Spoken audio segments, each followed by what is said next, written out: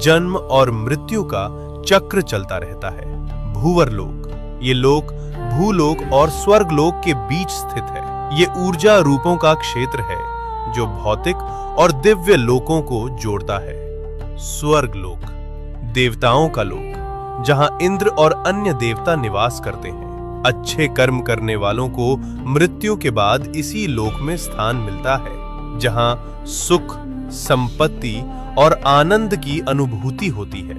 महरलोक, ये दिव्य ऋषियों, तपस्वियों और महान आत्माओं का निवास स्थान है, जहां वशिष्ठ और विश्वामित्र जैसे महान ऋषि तपस्या करते हैं। जनलोक, इस लोक में वे आत्माएं निवास करती हैं जिन्होंने ज्ञान और ध्यान में परम सिद्धि प्राप्त की होती है।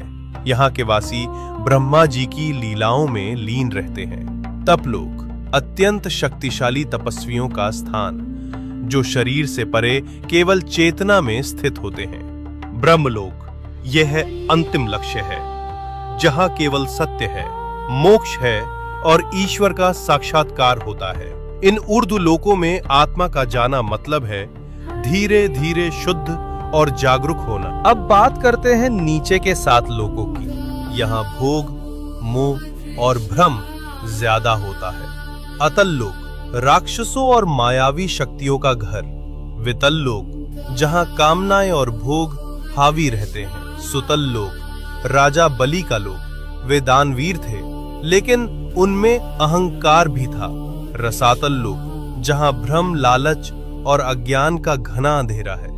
तालातल लोक, छल, धोखा और झूठ से भरा हुआ लोक। महातल लोक, जहां अंधकार और अहंकार का बोलबाला है।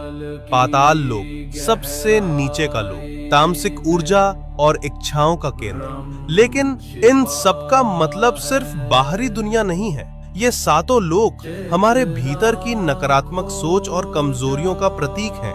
तो जब हम सच्चाई, भक्ति और सेवा में लगते हैं, हम ऊपर के लोकों से जुड़ते हैं, और जब हम लालच, मोह और गुस्से में फंसते हैं, हम नीचे गिरते हैं। सोच बदलो, लोक बदल जाए।